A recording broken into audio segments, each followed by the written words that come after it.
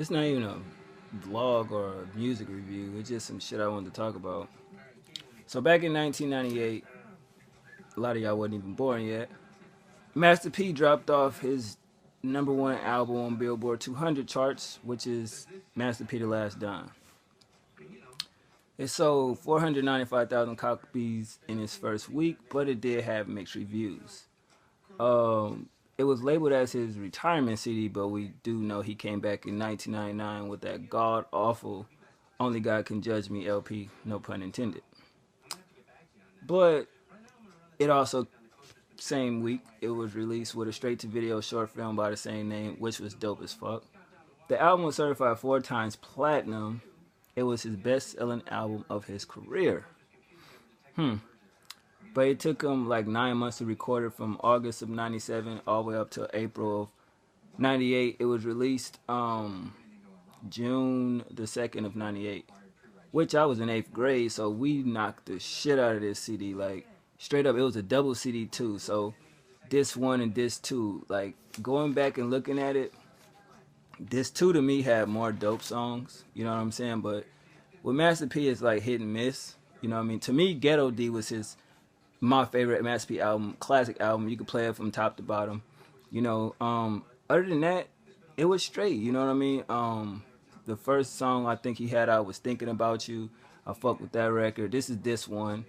What else he had? "Soldiers, Riders, and G's." That shit was dope. "Thug Girl." Everybody remember "Thug Girl." What it? You know what I mean? That shit was dope. "War Wounds." That was dope. I think that "War Wounds" was in the film.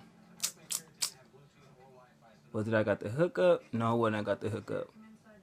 It was that movie Silk made. Hot Boys. It was in the Hot Boys movie. "Let My Nine Get Him" was also dope on this one, and "Dear Mr. President." But you know, features, you got Bone Thugs and Harmony, Mystical, Mia X, Silk the Shocker, Snoop Dogg. Yes, Snoop was signing No Limit back in the day. Sons of Funk, E40, Fiend, Soldier Slim, RIP to him. Mac, Free Mac. Who else he got on this motherfucker?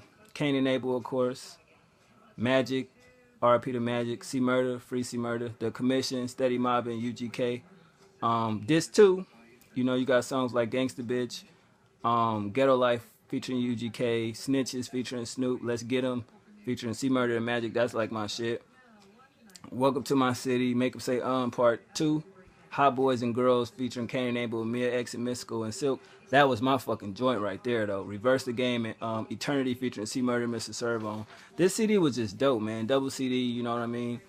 I'm still looking for it. You know, No Limit was a shit back in the days. It was Cash Money, and No Limit. Like, for at least for 7th to 8th grade where I went, our school, that's all we fuck with. You know what I'm saying? 400 Degrees, BG, Chopper City in the Ghetto. You know what I'm saying? Master P, Ghetto Dope, Mystical, Unpredictable. You know, Silk the Shocker, Charge to the Game, C Murder, Life or Death. It go on and on. You know, even Snoop 3 albums that he dropped on No Limit. You know what I mean? It just was dope. But basically, yeah, Master P: The Last Don was probably the last album that I really fucked with from No Limit. I think that was the best selling of his career, but the best album to me on No Limit was Mystical, Unpredictable.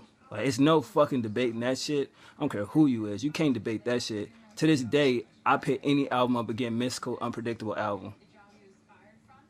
It's not better. Like, you know what I'm saying? As far as whatever. Like, that's a classic album. This is a classic album as well. Master P: The Last Don. So is Ghetto Dope. Snoop, I'm gonna say his first 2 albums with No Limit was classic. You know what I mean? Back then, classic mean classic. Nowadays, people just say classic because they're being a fanboy of the artist. But MP: The Last Don was dope. Like, you know what I mean? He is the reason why we get people like 50 Cent and other artists that do the straight to DVD, you know what I'm saying, movies and such. Like Snoop with Wiz, that shit. Like, Master P showed Snoop how to do that. So a lot of the OG shit you see people do now, you got to give it to Master P because he started that grind off and shit. That's why you have CDs with DVDs now and having that idea. You know, Master P started that with "I'm Body," "I Got the Hookup," Master P: The Last Don.